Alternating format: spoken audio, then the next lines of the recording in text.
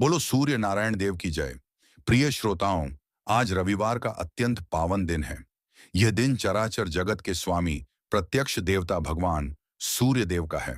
सूर्य देव जो अपनी दिव्य किरणों से इस संपूर्ण सृष्टि का अंधकार दूर करते हैं और हर जीव में प्राण शक्ति का संचार करते हैं। आज का यह पावन दिन उनकी विशेष कृपा, उनके तेज और उनकी असीम करुणा को प्राप्त करने का दिन माना गया है। कहा जाता है कि जो मनुष्य रविवार के दिन शांत मन और सच्ची श्रद्धा से भगवान सूर्यदेव की महिमा और उनके व्रत की कथा सुन लेता है, उसके जीवन के सारे कष्ट, दरिद्रता, मानसिक चिंताएं और बार बार आने वाली विघ्न बाधाएं धीरे धीरे स्वयं समाप्त होने लगती हैं। यह कथा केवल शब्द नहीं है, यह उस अटूट आस्था की शक्ति है जो टूटे हुए भाग्य को भी जोड़ देती है। यह उस अटूट विश्वास की आवाज है जो घोर निराशा में डूबे हुए मन में भी आशा का एक नया दीपक जला देती है। यदि आपके जीवन में भी बनते बनते काम बिगड़ जाते हैं, कठोर परिश्रम के बाद भी आपको सफलता का फल नहीं मिलता, या फिर घर के भीतर सुख शांति की जगह क्लेश और अशांति का वास रहता है, तो प्रिय श्रोताओं, आज की यह पावन कथा विशेष रूप से आपके लिए ही है। अब अपने व्याकुल मन को पूरी तरह से शांत कीजिए, समस्त चिंताओं को त्याग दीजिए, चराचर जगत के स्वामी भगवान सूर्यदेव का स्मरण कीजिए और अत्यंत श्रद्धा के साथ इस पावन कथा को सुनने के लिए अपने हृदय के द्वार खोल दीजिए। प्रिय श्रोताओं, भगवान सूर्यदेव की इस पावन कथा को आरंभ करने से पहले एक अत्यंत गंभीर और आवश्यक बात जान लेना हमारे लिए बहुत जरूरी है। हमारे प्राचीन धर्म ग्रंथों में स्पष्ट रूप से कहा गया है कि रविवार के दिन सुनी जाने वाली सूर्यदेव की यह कथा यदि बीच में ही छोड़ दी जाए तो वह केवल अधूरा ज्ञान ही नहीं देती, बल्कि मनुष्य के मन में शंका, भ्रम और अधूरा सत्य छोड़ जाती है। सूर्यदेव की भक्ति का यह मार्ग बुद्धि, धर्म, तेज और जीवन को सही मार्ग पर ले जाने वाला मार्ग है, और अधूरी कथा मानव की बुद्धि को भटका देती है, जिससे व्यक्ति अनजाने में ही गलत निर्णय ले बैठता है और गलत दिशा में चला जाता है। इसीलिए मैं आपसे अत्यंत विनम्र निवेदन करता हूं कि आज भगवान सूर्यदेव की इस पावन कथा को आदि से अंत तक, यानी शुरू से लेकर आखिरी तक अवश्य सुनें, क्योंकि यह केवल एक राजा और रानी की कहानी नहीं है, बल्कि यह हम सभी के जीवन का एक जीवन दर्पण है। इसमें आप अपने कर्मों का फल और ईश्वर की असीम सत्ता का साक्षात चमत्कार देखेंगे। हो सकता है कि इस कथा का कोई एक विशेष प्रसंग, कोई एक मार्मिक वाक्य आपके सोए हुए भाग्य को जगा दे, आपको दरिद्रता, क्लेश और मानसिक अशांति के घोर अंधकार से बाहर निकाल लें। और यदि आप स्वयं को एक सच्चा धर्मपरायण व्यक्ति मानते हैं, तो यह आपका भी परम कर्तव्य बनता है कि सूर्य देव की इस दिव्य शिक्षा को केवल अपने तक ही सीमित न रखें, बल्कि इसे समाज के अधिक से अधिक लोगों तक पहुंचाएं। इसीलिए इस पावन गाथा को सराहें, अपने मित्रों, सगे संबंधियों और प्रिय परिवारजनों के साथ साझा करें, ताकि भगवान सूर्यदेव की कृपा से धर्म, सत्य और जीवन की यह गहन शिक्षाएं सबको निरंतर प्राप्त होती रहें। तो आइए अपने भीतर श्रद्धा, संयम और अटूट विश्वास को जगाकर साक्षात देव भगवान सूर्यदेव की इस पावन और अत्यंत मार्मिक कथा का आरंभ करते हैं। प्राचीन भारतवर्ष की बात है, जब इस पावन धरती पर चारों ओर धर्म, संस्कृति और मर्यादा का बोलबाला था। उसी स्वर्णिम काल में एक अत्यंत सुंदर, वैभवशाली, गौरवशाली और सर्वगुण संपन्न राज्य हुआ करता था, जिसका नाम था रत्नपुर। रत्नपुर की सुंदरता और समृद्धि की गाथाएं दूर दूर के राज्यों तक फैली हुई थीं।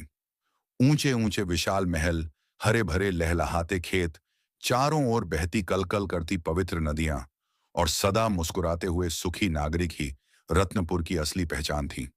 इस वैभवशाली राज्य के सिंहासन पर विराजमान थे वीर शिरोमणि, महान धर्मात्मा, न्यायप्रिय और परम प्रतापी राजा चंद्रसेन। राजा चंद्रसेन केवल बल और पराक्रम में ही श्रेष्ठ नहीं थे, बल्कि उनका हृदय दया, करुणा और न्याय की प्रतिमूर्ति था। वे अपनी प्रजा को संतान की तरह मानते थे। उनके राज्य में कभी किसी गरीब, अनाथ या असहाय व्यक्ति को भूखा नहीं सोना पड़ता था। राजा के न्याय की कीर्ति ऐसी थी कि अपराधी उनके नाम मात्र से कांप उठते थे और सज्जन पुरुष निर्भय होकर जीवन व्यतीत करते थे। राजा चंद्रसेन के जीवन का एक ही सबसे बड़ा संकल्प था, और वह था अपने राज्य में धर्म की स्थापना करना। परम प्रतापी राजा चंद्रसेन की अर्धांगिनी यानी रत्नपुर की महारानी का नाम था सुलक्षणा। महारानी सुलक्षणा साक्षात सादगी, शील और अनुपम सौंदर्य की देवी थीं। उनका हृदय अत्यंत कोमल था और वे सदा ईश्वर की भक्ति में लीन रहने वाली एक अत्यंत सती और धर्मपरायण स्त्री थीं। राजा चंद्रसेन और महारानी सुलक्षणा का आपसी प्रेम और तालमेल ऐसा था मानो वे एक ही प्राण और दो शरीर हों। राजा जब भी किसी राजकीय चिंता में होते, महारानी अपने मधुर वचनों और धार्मिक विचारों से उनके मन को शांत कर देती थीं। रत्नपुर की प्रजा अपने ऐसे राजा और रानी को पाकर स्वयं को धन्य मानती थी और दिन रात ईश्वर से उनकी लंबी आयु की कामना करती थी। लेकिन प्रिय श्रोताओं, इस संसार का एक शाश्वत और कड़वा नियम है कि समय कभी भी एक जैसा नहीं रहता। सुख और दुख धूप और छांव की तरह जीवन में आते जाते रहते हैं। विधाता के लेख को आज तक कोई बदल नहीं पाया है। राजा चंद्रसेन के जीवन में सब कुछ था, अथाह धन दौलत, विशाल सेना, वैभव से भरा महल, सम्मान और एक अत्यंत प्रेम करने वाली पत्नी। परंतु इस असीम सुख के सागर के बीच भी राजा और रानी के दिलों की गहराइयों में एक ऐसा गहरा और दुखद सन्नाटा था जो उन्हें रात दिन भीतर ही भीतर दीमक की तरह चाट रहा था। वह दुख था संतान का न होना। विवाह के कई वर्ष बीत जाने के बाद भी राजा चंद्रसेन के विशाल और भव्य महल के आंगन में किसी नन्हे शिशु की किलकारी नहीं गूंजी थी। राजा का इतना बड़ा साम्राज्य, उनका यह अतुलनीय वैभव, सोने चांदी से भरे उनके खजाने, सब कुछ उन्हें उस सूने आंगन के सामने बिल्कुल व्यर्थ और तिनके के समान लगते थे। जब भी राजा चंद्रसेन अपने महल के झरोखे से बाहर देखते और रत्नपुर की गलियों में साधारण से साधारण गरीब नागरिकों के बच्चों को हंसते खेलते और धूल में सने हुए दौड़ते देखते, तो उनका प्रतापी हृदय एक अज्ञात पीड़ा से तड़प उठता था। उनकी आंखों के कोने भीग जाते थे और वे गहरी ठंडी सांस लेकर रह जाते थे। महारानी सुलक्षणा की स्थिति तो और भी ज्यादा दयनीय थी। एक स्त्री के लिए मां न बन पाने का दर्द क्या होता है, इसे केवल वही स्त्री समझ सकती है जिसने इस दंश को झेला हो। महारानी जब भी एकांत में बैठती, उनकी आंखों से आंसुओं की अविरल धारा बहने लगती थी। वे सोचती थीं कि आखिर उनसे ऐसा कौन सा पाप हो गया, विधाता उनसे क्यों रूठ गया जो उनकी कोख सूनी रह गई। महल की दासियां और राज्य की अन्य महिलाएं जब भी बच्चों की बातें करतीं, तो महारानी का दिल जैसे बैठ जाता था। वे तुरंत वहां से उठकर अपने पूजा कक्ष में चली जाती और भगवान के सामने फूट फूट कर रोने लगती थीं। दिन बीतते गए और समय के साथ साथ राजा और रानी का यह व्यक्तिगत दुख पूरे रत्नपुर राज्य की चिंता का सबसे बड़ा कारण बन गया। राज्य के मंत्रियों, गुरुओं और वृद्ध नागरिकों को यह चिंता सताने लगी कि राजा चंद्रसेन के बाद इस विशाल और गौरवशाली साम्राज्य का उत्तराधिकारी कौन होगा। क्या यह सुंदर रत्नपुर लावारिस हो जाएगा? क्या राजा का वंश यहीं समाप्त हो जाएगा? चारों ओर एक अजीब सी घबराहट और उदासी का माहौल छाने लगा था। राजा चंद्रसेन ने अपनी इस संतानहीनता के कष्ट को दूर करने के लिए कोई कसर नहीं छोड़ी। उन्होंने देश विदेश के बड़े बड़े विख्यात वैद्यों को बुलाया, औषधियों का सेवन किया, बड़े बड़े तांत्रिकों और ज्योतिषियों से सलाह ली। राजा ने अनगिनत यज्ञ करवाए, पंडितों को बुलाकर भारी दान दक्षिणा दी, भूखों को भोजन कराया और साधु संतों की सेवा की। लेकिन विधाता का विधान जैसे अडिग था। तमाम प्रयासों, उपायों और मन्नत के बाद भी महारानी सुलक्षणा की कोख सूनी ही रही। सारे उपाय विफल साबित हो रहे थे और वैद्यों ने भी धीरे धीरे अपने हाथ खड़े कर दिए थे। एक दिन जब दुख की सीमा पार हो गई, तो राजा चंद्रसेन पूरी तरह से हताश हो गए। उनका मनोबल टूट गया। वे अपने राजसी वस्त्रों को देखकर चिढ़ने लगे। उन्हें लगने लगा कि यह राजपाट, यह मुकुट, यह प्रजा की जय जयकार सब एक छलावा है। यदि उनके मरने के बाद उनका नाम लेने वाला ही कोई नहीं होगा, तो इस वैभव का वे क्या करेंगे? इसी घोर मानसिक अशांति, अत्यंत गहरी निराशा और दिल को चीर देने वाले दुख के साथ राजा चंद्रसेन एक शाम अपने कक्ष में अकेले बैठे थे। तभी महारानी सुलक्षणा वहां आईं। राजा की आंखों में छिपे उस अथाह दर्द और चेहरे की उदासी को देखकर महारानी के सब्र का बांध भी टूट गया। वे राजा के चरणों के पास बैठ गईं और राजा का हाथ थामकर अत्यंत करुण स्वर में रोने लगी। महल के उस आलीशान कक्ष में जहां कभी खुशियों का वास था, आज केवल दो व्यथित हृदयों की सिसकियां गूंज रही थीं। दोनों एक दूसरे का दुख देख रहे थे, लेकिन किसी के पास भी इस दर्द की कोई दवा नहीं थी। यह क्षण इतना भावुक और हृदय विदारक था कि वहां मौजूद हवा भी जैसे थम सी गई थी। राजा चंद्रसेन और महारानी सुलक्षणा को इस प्रकार अत्यंत गहरे दुख के सागर में डूबा देखकर महल का पूरा वातावरण भी जैसे शोक में डूब गया। राजा का रोता हुआ चेहरा देखकर महारानी सुलक्षणा ने अपने आंसुओं को पोंछा और अपने भीतर के मातृत्व के दर्द को दबाकर एक सच्ची जीवन संगिनी की तरह राजा को ढांढस बंधाने का प्रयास करने लगी। उन्होंने अत्यंत कोमल और धीमे स्वर में कहा कि हे राजन, आप तो इस रत्नपुर के रक्षक हैं, वीर शिरोमणि हैं। यदि आप ही इस प्रकार अपना धैर्य खो देंगे तो इस प्रजा को कौन संभालेगा? ईश्वर के घर में देर है, अंधेर नहीं। हमें अपनी आस्था को डगमगाने नहीं देना चाहिए। राजा चंद्रसेन ने एक लंबी और ठंडी सांस ली। उनकी आवाज में एक अजीब सी बेबसी और कड़वाहट थी। वे बोले कि हे प्रिय, मैं इस प्रजा का रक्षक अवश्य हूं, परंतु स्वयं के वंश का रक्षक नहीं बन पाया। इस विशाल राजपाट, इन आलीशान महलों और इस अथाह सोने चांदी का मैं क्या करूं? मेरे बाद इस रत्नपुर के सिंहासन पर बैठने वाला कोई नहीं होगा। हमारा नाम लेने वाला कोई नहीं बचेगा। विधाता ने हमारे भाग्य में केवल सूनापन ही लिखा है। अब मुझसे यह राजसी ठाट बाट और यह मुकुट का बोझ और अधिक संभाला नहीं जाता। राजा के मुख से निकले यह शब्द इतने मार्मिक और निराशा से भरे थे कि महारानी का हृदय भीतर तक कांप उठा। उसी समय महल के द्वार पर एक दिव्य प्रकाश पुंज सा चमक उठा। राजगुरु देवव्रत, जो अत्यंत ज्ञानी, त्रिकालदर्शी और परम तपस्वी थे, कक्ष के भीतर प्रवेश कर रहे थे। राजा और रानी को इस प्रकार अत्यंत व्याकुल और अश्रुपूर्ण अवस्था में देखकर राजगुरु देवव्रत का सौम्य चेहरा अत्यंत गंभीर हो गया। उन्होंने अपनी दिव्य दृष्टि से राजा के मन के भीतर चल रहे घोर अंधकार और उथल पुथल को पल भर में भांप लिया। राजगुरु को देखकर राजा चंद्रसेन और महारानी सुलक्षणा तुरंत अपने स्थान से खड़े हुए और अत्यंत आदर के साथ उनके चरणों में प्रणाम किया। राजगुरु ने अपने दाहिने हाथ को उठाकर दोनों को आशीर्वाद दिया और अत्यंत शांत व गंभीर वाणी में कहा कि हे राजन, उठो। इस प्रकार रोना और निराश होना एक प्रतापवान राजा को शोभा नहीं देता। इस संसार में ऐसा कोई संकट नहीं है जिसका कोई समाधान ना हो, और ऐसी कोई मानवीय इच्छा नहीं है जो ईश्वर की कृपा से पूरी ना हो सके।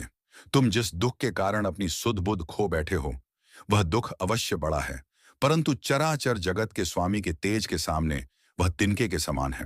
राजगुरु देवव्रत की यह तेजस्वी वाणी सुनकर राजा चंद्रसेन के निराश मन में आशा की एक हल्की सी किरण जागी।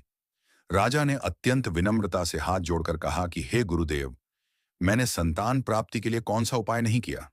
अनगिनत यज्ञ करवाए, देश के सर्वश्रेष्ठ वैद्यों की औषधियों का सेवन किया, साधु संतों को भारी दान दक्षिणा दी, परंतु हर मार्ग केवल घोर निराशा की ओर ही जाकर समाप्त हुआ। अब तो वैद्यों ने भी आशा छोड़ दी है। आप ही बताएं कि इस घोर अंधकार से बाहर निकलने का कौन सा मार्ग शेष रह गया है। मेरा हृदय इस सूनेपन की आग में दिन रात जल रहा है। राजा की आंखों से पुनः आंसू टपक पड़े, जो उनके भीतर की असीम तड़प को बयां कर रहे थे। राजगुरु ने राजा के कंधे पर अपना हाथ रखा और बड़ी आत्मीयता से मुस्कुराते हुए कहा कि हे राजन, तुमने अब तक केवल सांसारिक और भौतिक उपायों का ही सहारा लिया है। तुमने वैद्यों की औषधि देखी, मनुष्यों के यज्ञ देखे, परंतु तुमने अभी तक उस परम सत्ता की शरण नहीं ली जो इस संपूर्ण ब्रह्मांड को ऊर्जा और जीवन प्रदान करती है। वह प्रत्यक्ष देवता जो रोज सुबह स्वयं चलकर तुम्हारे द्वार पर आते हैं और संसार का अंधकार दूर करते हैं। मैं चराचर जगत के स्वामी भगवान सूर्य नारायण देव की बात कर रहा हूं। सूर्यदेव का नाम सुनते ही महारानी सुलक्षणा के चेहरे पर एक विशेष चमक आ गई। राजगुरु देवव्रत आगे बोले कि भगवान सूर्यदेव केवल तेज के पुंज नहीं हैं, वे साक्षात करुणा के सागर हैं। उनकी भक्ति में वह शक्ति है जो मनुष्य के पूर्व जन्मों के भयंकर से भयंकर पापों और श्रापों को भी पल भर में भस्म कर सकती है। जो मनुष्य पूरी श्रद्धा, नियम और अटूट विश्वास के साथ रविवार के दिन सूर्यदेव की शरण में जाता है, उसके जीवन की दरिद्रता, रोग, शोक और संतानहीनता का कष्ट वैसे ही गायब हो जाता है जैसे सूर्य के उदय होते ही रात का घोर अंधकार मिट जाता है। राजगुरु का एक एक शब्द राजा और रानी के दिलों की गहराइयों को छू रहा था और उन्हें एक नई चेतना प्रदान कर रहा था। राजगुरु देवव्रत के मुख से भगवान सूर्य नारायण देव की महिमा सुनकर राजा चंद्रसेन और महारानी सुलक्षणा के चेहरों पर निराशा के बादल थोड़े छटने लगे। ऐसा लगा मानो सदियों से अंधेरे में डूबी किसी गुफा में अचानक दीपक जल उठा हो। राजा ने आगे बढ़कर अत्यंत व्याकुलता से पूछा कि हे परम पूजनीय गुरुदेव, आपने मेरे बुझते हुए मन को एक नया जीवन दान दिया है। कृपया मुझे वह मार्ग विस्तार से बताइए। मैं चराचर जगत के स्वामी भगवान सूर्यदेव को प्रसन्न करने के लिए कोई भी कठिन से कठिन तपस्या करने को तैयार हूं। मुझे किस प्रकार उनकी आराधना करनी चाहिए? उनके व्रत और पूजा की विधि क्या है? राजगुरु ने अत्यंत शांत और सौम्य भाव से राजा को देखा और मधुर वाणी में कहना शुरू किया कि हे राजन, भगवान सूर्यदेव को प्रसन्न करने के लिए किसी अत्यंत कठिन या हठयोग जैसी तपस्या की आवश्यकता नहीं है। वे तो भाव के भूखे हैं। यदि कोई मनुष्य सच्चे मन, पूर्ण पवित्रता और अटूट श्रद्धा के साथ उनकी शरण में जाता है तो वे बहुत शीघ्र प्रसन्न हो जाते हैं। इसके लिए तुम्हें और महारानी सुलक्षणा को मिलकर प्रत्येक रविवार के दिन भगवान सूर्यदेव का विशेष व्रत और पूजन करना होगा। महारानी सुलक्षणा ने अत्यंत उत्सुकता और आदर के साथ अपने दोनों हाथ जोड़े और पूछा कि गुरुदेव, कृपया हमें इस पावन व्रत की पूरी विधि विस्तार से समझाइए। हम एक एक नियम का पूरी निष्ठा के साथ पालन करेंगे। राजगुरु देवव्रत ने विधि का वर्णन करते हुए कहा कि ध्यान से सुनो देवी।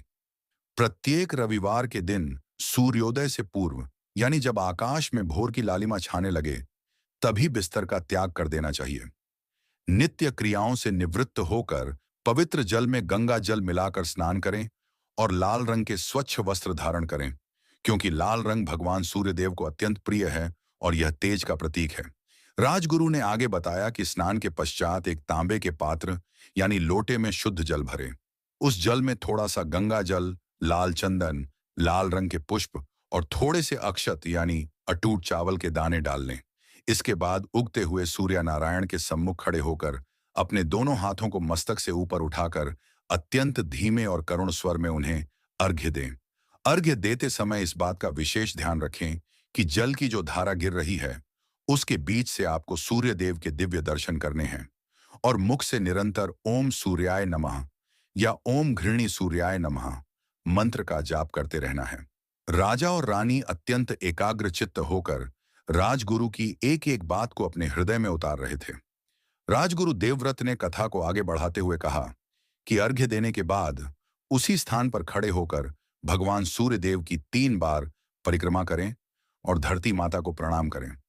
इसके बाद अपने पूजा कक्ष में सूर्यदेव की प्रतिमा या चित्र के सामने शुद्ध घी का दीपक जलाएं, धूप दीप अर्पित करें और गेहूं के आटे से बने हुए पकवान या हलवे का भोग लगाएं, जिसमें चीनी के स्थान पर गुड़ का प्रयोग किया गया हो, क्योंकि सूर्य देव की पूजा में गुड़ और गेहूं का विशेष महत्व है। और सबसे महत्वपूर्ण बात, राजगुरु ने अपनी उंगली उठाकर राजा को सचेत करते हुए कहा कि रविवार के इस व्रत में नमक का सेवन पूरी तरह से वर्जित है। पूरे दिन आपको निराहार रहना है या फिर शाम के समय केवल एक बार बिना नमक का भोजन, जिसमें गेहूं की रोटी और गुड़ शामिल हो, उसका सेवन करना है। इस दिन मन में किसी के प्रति द्वेष, क्रोध, ईर्ष्या या काम वासना जैसी भावनाएं बिल्कुल नहीं आनी चाहिए। पूर्ण ब्रह्मचर्य का पालन करते हुए केवल और केवल सूर्यदेव के चमत्कारी प्रसंगों और उनकी कथा का श्रवण करना चाहिए। राजगुरु की बातें सुनकर राजा चंद्रसेन और महारानी सुलक्षणा का हृदय श्रद्धा और उत्साह से भर गया। उन्हें महसूस होने लगा कि अब उनके जीवन का कष्ट अवश्य दूर होगा।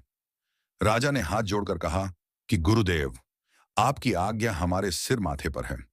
हम आने वाले पहले रविवार से ही इस महाव्रत का शुभारंभ करेंगे और जब तक सूर्यदेव की कृपा से हमारे आंगन में किलकारी नहीं गूंजती, हम इस व्रत को पूरी निष्ठा से निभाएंगे।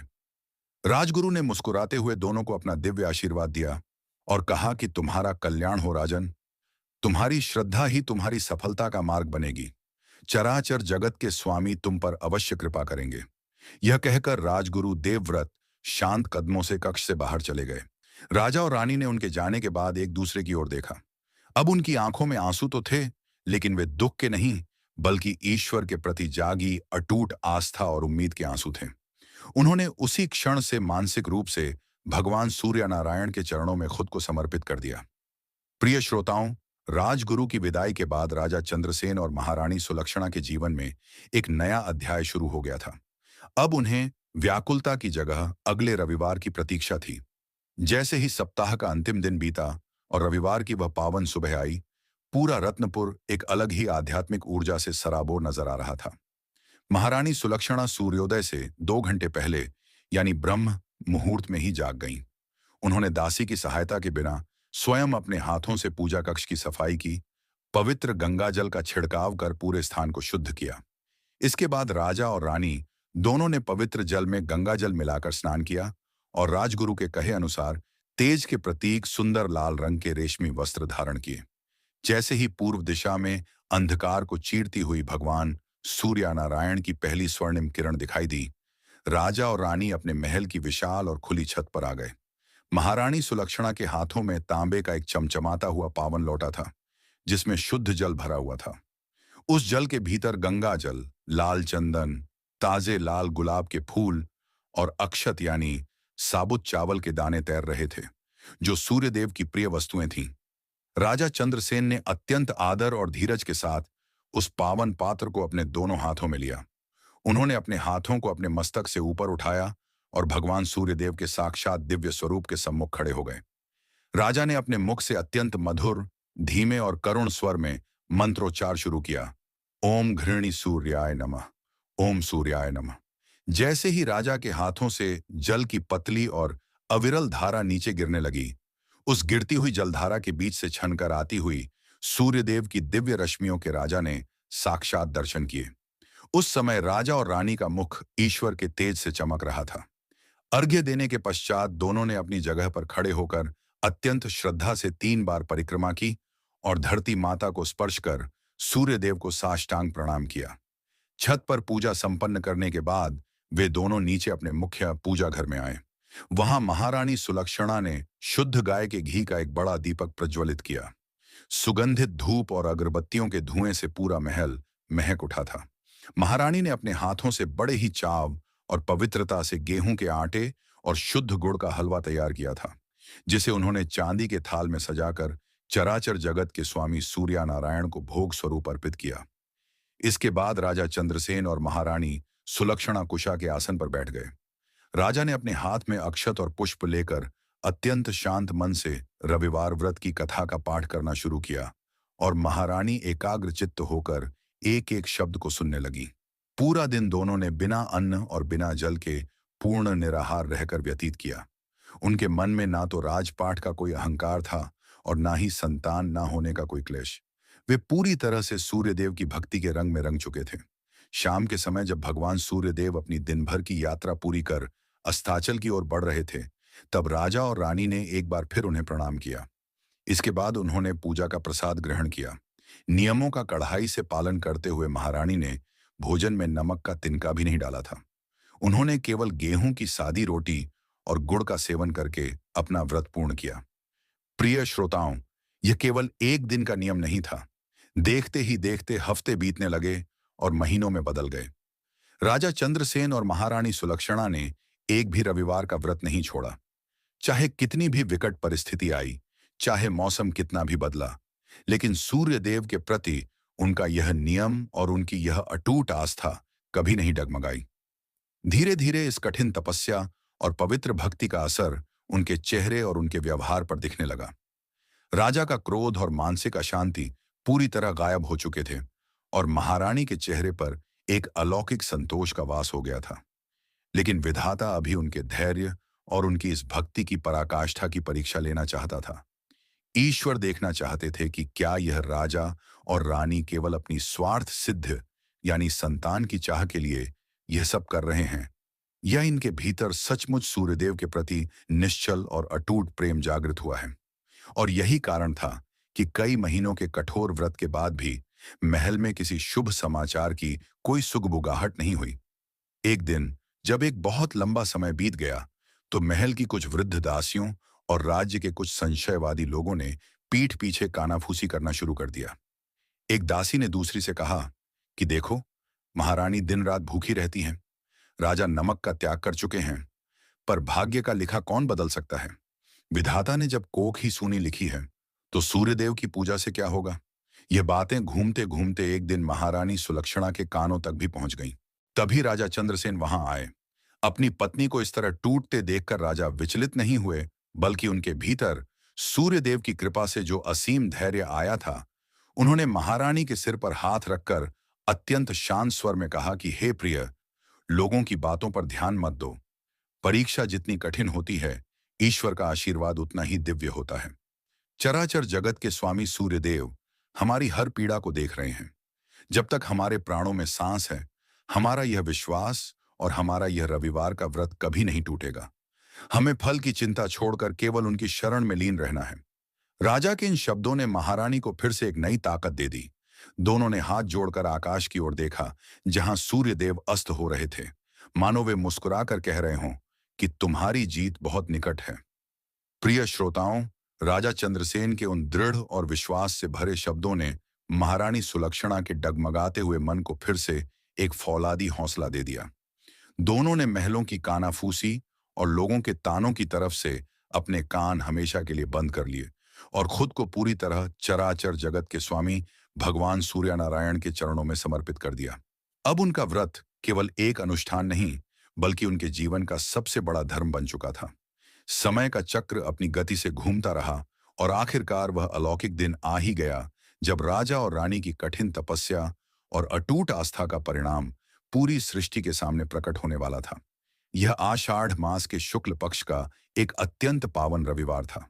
उस दिन सुबह से ही प्रकृति का रूप बड़ा ही विहंगम और अद्भुत नजर आ रहा था। आकाश में हल्की हल्की ठंडी हवाएं चल रही थीं और पक्षियों का कलरव सामान्य दिनों से कहीं अधिक मधुर और आनंदित करने वाला था। महारानी सुलक्षणा ने रोज की भांति ब्रह्म मुहूर्त में उठकर स्नान किया, सुंदर लाल वस्त्र धारण किए और तांबे के पात्र में पवित्र जल लेकर राजा चंद्रसेन के साथ महल की विशाल छत पर आ गईं। जैसे ही पूर्व दिशा से भगवान सूर्यदेव का दिव्य और तेजस्वी रथ प्रकट हुआ, राजा चंद्रसेन ने अपने दोनों हाथों को ऊपर उठाकर अर्घ्य देना प्रारंभ किया। मंत्रों की ध्वनि से पूरा वातावरण गूंज उठा। ओम घृणी सूर्याय नमः। राजा के हाथों से गिरती हुई जल की धारा के बीच से सूर्यदेव की किरणें छनकर राजा और रानी के मस्तक पर पड़ रही थीं। दोनों ने अपनी आंखें बंद कीं और अपने हृदय की गहराइयों से सूर्यदेव को साष्टांग दंडवत प्रणाम किया। लेकिन उस दिन पूजा संपन्न करके जैसे ही राजा और रानी ने अपनी आंखें खोलीं, उनके सामने एक ऐसा चमत्कार हुआ जिसे देखकर उनके रोंगटे खड़े हो गए और वे आश्चर्य से चकित रह गए। उनके सम्मुख साक्षात भगवान सूर्यनारायण देव का एक अत्यंत तेजस्वी, अलौकिक और जाज्वल्यमान विग्रह प्रकट हो गया था। उनका तेज ऐसा था मानो हजारों सूर्य एक साथ आकाश में उदित हो गए हों। परंतु उस तेज में कोई दाह या जलन नहीं थी, बल्कि एक अत्यंत शीतल, सुखद और करुणा से भरी हुई रोशनी थी। भगवान सूर्यदेव के मस्तक पर दिव्य मुकुट चमक रहा था। उनके हाथों में पद्म सुशोभित थे और उनके चेहरे पर एक असीम ब्रह्मांडीय मुस्कान थी। इस साक्षात ईश्वरीय चमत्कार को देखकर राजा चंद्रसेन और महारानी सुलक्षणा सुध-बुध खो बैठे। उनका हृदय भक्ति के चरम आनंद से भर गया। वे तुरंत भगवान के चरणों में गिर पड़े और उनकी आंखों से आंसुओं की अविरल धारा बहने लगी। ये आंसू अब किसी दुख या निराशा के नहीं थे, बल्कि साक्षात ईश्वर को अपने सामने पाकर धन्य हो जाने के आनंद के आंसू थे। चराचर जगत के स्वामी भगवान सूर्यदेव ने अत्यंत मधुर, गंभीर और मेघ जैसी गहरी वाणी में कहा कि हे राजन, हे कल्याणी देवी सुलक्षणा, उठो। मैं तुम दोनों के इस निश्चल, पवित्र और अत्यंत कठिन रविवार के व्रत से अत्यंत प्रसन्न हूं। तुमने संसार के तानों को सहा, अनेक कठिनाइयों का सामना किया, परंतु तुम्हारा विश्वास मेरे प्रति कभी कम नहीं हुआ। तुम्हारी इस अटूट आस्था ने मुझे तुम्हारे सम्मुख आने पर विवश कर दिया। बताओ राजन, तुम्हारी क्या अभिलाषा है? तुम मुझसे क्या वरदान चाहते हो? भगवान की यह अमृतमयी वाणी सुनकर राजा चंद्रसेन ने हाथ जोड़कर अत्यंत कांपते और भावुक स्वर में कहा कि हे सृष्टि के पालनहार, हे प्रत्यक्ष देवता, आपके दर्शन पाकर मेरा यह मानव जीवन धन्य हो गया। अब मेरी कोई सांसारिक इच्छा शेष नहीं रही। परंतु हे प्रभु, आपके इस रत्नपुर राज्य का भविष्य अंधकार में है। मेरे बाद इस प्रजा को संभालने वाला और मेरे वंश को आगे बढ़ाने वाला कोई नहीं है। मेरी पत्नी की कोख सूनी है और मेरा आंगन वीरान है। यदि आप हम पर प्रसन्न हैं, तो हमें संतान का सुख प्रदान कीजिए प्रभु, ताकि इस राज्य का कल्याण हो सके। भगवान सूर्यदेव मंद मंद मुस्कुराए और बोले कि हे प्रिय, विधाता के लेख में तुम्हारे भाग्य में संतान का सुख नहीं था, परंतु तुम्हारी इस निश्चल भक्ति, त्याग और रविवार के पावन व्रत के पुण्य ने विधाता के उस लेख को भी बदल दिया है। मैं तुम्हें वरदान देता हूं कि बहुत जल्द महारानी सुलक्षणा की कोख से एक अत्यंत तेजस्वी, प्रतापी, धर्मात्मा और सुंदर पुत्र का जन्म होगा, जिसका तेज स्वयं मेरे अंश के समान होगा। वह संसार में तुम्हारा और इस रत्नपुर का नाम अमर करेगा। यह अद्भुत और जीवन को कृतार्थ कर देने वाला वरदान देकर भगवान सूर्य नारायण देव उसी दिव्य प्रकाश पुंज में विलीन हो गए। राजा चंद्रसेन और महारानी सुलक्षणा काफी देर तक उसी स्थान पर स्तब्ध खड़े रहे, मानो वे किसी अत्यंत सुंदर स्वप्न को देख रहे हों। जब उन्हें चेतना आई तो उन्होंने एक दूसरे को देखा और खुशी के मारे दोनों का गला रुंध गया। चराचर जगत के स्वामी ने उनकी पुकार सुन ली थी और उनके जीवन का सबसे बड़ा अंधकार अब हमेशा के लिए दूर होने वाला था। प्रिय श्रोताओं, भगवान सूर्य नारायण देव से साक्षात दिव्य वरदान प्राप्त करने के बाद रत्नपुर के इतिहास में एक अभूतपूर्व और स्वर्णिम युग का उदय हुआ। चराचर जगत के स्वामी की वाणी कभी असत्य नहीं हो सकती थी। उस परम पावन दिन के ठीक 9 महीने बाद पूरे रत्नपुर राज्य में खुशी की एक ऐसी लहर दौड़ी जिसकी प्रतीक्षा प्रजा सदियों से कर रही थी। महारानी सुलक्षणा ने एक अत्यंत सुंदर, तेजस्वी और अलौकिक पुत्र को जन्म दिया। जैसे ही उस नन्हे शिशु ने महल के आंगन में अपनी पहली किलकारी गूंजी, वैसे ही पूरे राज्य के मंदिरों में शंखनाद होने लगा। शंख और नगाड़े बजने लगे। उस बालक का मुखमंडल साक्षात सूर्यदेव के तेज के समान दमक रहा था। जो कोई भी उस बालक को देखता, उसकी आंखें उसके तेज से चौंधिया जाती थीं। राजा चंद्रसेन के जीवन का सबसे बड़ा दुख, उनकी वह गहरी तड़प, अब हमेशा के लिए समाप्त हो चुकी थी। राजा ने अपने नवजात पुत्र को अपनी गोद में उठाया तो उनकी आंखों से खुशी के आंसू बह निकले। उन्होंने आकाश की ओर देखकर हाथ जोड़े और गदगद स्वर में कहा कि हे चराचर जगत के स्वामी सूर्य नारायण, यह बालक मेरा नहीं, यह आपकी असीम करुणा और रविवार के व्रत का साक्षात प्रसाद है। राजा चंद्रसेन ने अपने पुत्र के जन्म की खुशी में पूरे रत्नपुर को दुल्हन की तरह सजवाया।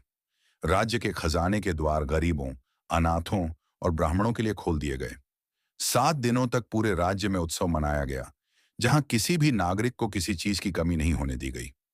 राजगुरु देवव्रत ने बालक के इस अलौकिक तेज को देखकर उसका नाम आदित्यवर्धन रखा, जिसका अर्थ था सूर्य के समान प्रतापी। राजकुमार आदित्यवर्धन जैसे जैसे बड़े होने लगे, उनके भीतर सूर्यदेव के अंश के लक्षण साफ दिखाई देने लगे। वे अत्यंत बुद्धिमान, पराक्रमी, दयालु और धर्मपरायण बालक बने। उन्होंने अल्पायु में ही समस्त शास्त्रों और अस्त्र शस्त्र की विद्या में निपुणता प्राप्त कर ली। लेकिन इन सब राजसी गुणों के साथ साथ उनके भीतर अपने माता पिता के दिए हुए संस्कार कूट कूट कर भरे थे। वे भी अपने माता पिता की तरह प्रत्येक रविवार के दिन भगवान सूर्य नारायण की पूजा, अर्घ्य और व्रत को अपने जीवन का सबसे बड़ा नियम मानते थे। समय अपनी निरंतर गति से आगे बढ़ता रहा। राजा चंद्रसेन अब वृद्ध हो चुके थे। उन्होंने देखा कि उनका पुत्र आदित्यवर्धन अब हर दृष्टि से इस विशाल साम्राज्य को संभालने के योग्य हो चुका है। तब राजा ने मंत्रियों और राजगुरु की सलाह से राजकुमार आदित्यवर्धन का राज्याभिषेक कर दिया और रत्नपुर का राजपाट उनके कुशल हाथों में सौंप दिया। राजा चंद्रसेन और महारानी सुलक्षणा अब पूरी तरह से राजसी चिंताओं से मुक्त होकर अपना सारा समय केवल और केवल भगवान सूर्यदेव की भक्ति और ध्यान में व्यतीत करने लगे। राजा आदित्यवर्धन के शासनकाल में रत्नपुर की समृद्धि और कीर्ति चारों दिशाओं में फैल गई। वे अपनी प्रजा का ध्यान ठीक उसी तरह रखते थे जैसे सूर्यदेव बिना किसी भेदभाव के पूरी सृष्टि को अपनी रोशनी और जीवन प्रदान करते हैं। उनके राज्य में ना तो कोई बीमारी थी, ना अकाल था और ना ही कोई दरिद्रता। चारों ओर केवल आनंद, धर्म और सत्य का ही बोलबाला था। राजा चंद्रसेन और महारानी सुलक्षणा ने अपने जीवन के अंतिम क्षणों तक रविवार के उस पावन व्रत की महिमा को पूरे राज्य में फैलाया, जिससे रत्नपुर का हर नागरिक सूर्यदेव का अनन्य भक्त बन गया। प्रिय श्रोताओं, जब राजा आदित्यवर्धन ने रत्नपुर का राजपाट पूरी तरह संभाल लिया, तब वृद्ध राजा चंद्रसेन और महारानी सुलक्षणा ने अपना अंतिम समय पूरी तरह से प्रभु के चरणों में समर्पित कर दिया। एक पावन रविवार के दिन, जब सूर्यदेव अपने पूरे तेज के साथ आकाश के मध्य में विराजमान थे, राजा और रानी ने उनके दिव्य प्रकाश की ओर देखते हुए अपने प्राणों का त्याग कर दिया। उनके शरीर से 2 दिव्य ज्योतियां निकलीं और साक्षात सूर्यमंडल में विलीन हो गईं। चराचर जगत के स्वामी ने अपने इन परम भक्तों को सदा सदा के लिए अपने लोक में स्थान दे दिया। प्रिय श्रोताओं, राजा चंद्रसेन और महारानी सुलक्षणा की यह अत्यंत भावुक और अलौकिक कथा हमें यह सिखाती है कि इस संसार में ऐसी कोई भी विपत्ति, कोई भी दुख या ऐसा कोई लेख नहीं है जिसे साक्षात देव भगवान सूर्य नारायण की भक्ति से बदला ना जा सके। यदि मनुष्य सच्चे मन, अटूट विश्वास, पूर्ण नियम और संयम के साथ रविवार के महाव्रत का पालन करता है, तो उसके जीवन के बड़े से बड़े कष्ट, मानसिक अशांति, दरिद्रता और संतानहीनता का दुख अवश्य दूर होता है। सूर्य देव की कृपा से मनुष्य को तेज, बुद्धि, आरोग्य और समाज में यश की प्राप्ति होती है। तो प्रिय श्रोताओं, चराचर जगत के स्वामी भगवान सूर्य नारायण की यह पावन, हृदय स्पर्शी और महिमामयी कथा यहीं पर संपूर्ण होती है। मुझे पूर्ण विश्वास है कि इस कथा के एक एक शब्द और एक एक मार्मिक प्रसंग ने आपके हृदय की अंतरात्मा को गहराई से छुआ होगा और आपके भीतर ईश्वर के प्रति अटूट आस्था का संचार किया होगा। यदि आज की यह पावन कथा आपको पसंद आई हो और इससे आपके मन को शांति मिली हो, तो इस दिव्य शिक्षा और पुण्य को केवल अपने तक ही सीमित ना रखें। यह आपका परम धर्म है कि इसे अधिक से अधिक लोगों तक पहुंचाएं। इसीलिए इस दिव्य गाथा को दिल से सराहें, अपने मित्रों, सगे संबंधियों और प्रिय परिवारजनों के साथ इसे ज्यादा से ज्यादा साझा करें। इसके साथ ही मन में पूरी श्रद्धा के साथ बोलो, सूर्य नारायण देव की जय दोहराना बिल्कुल ना भूलें, ताकि प्रभु की दिव्य दृष्टि आप पर सदा बनी रहे। प्रभु की कृपा से आपके सभी बिगड़े काम बन जाएं और घर में सुख शांति का वास हो। इसी मंगल कामना के साथ अब मैं अपनी वाणी को यहीं विराम देता हूं। बोलो चराचर जगत के स्वामी सूर्य नारायण देव की जय।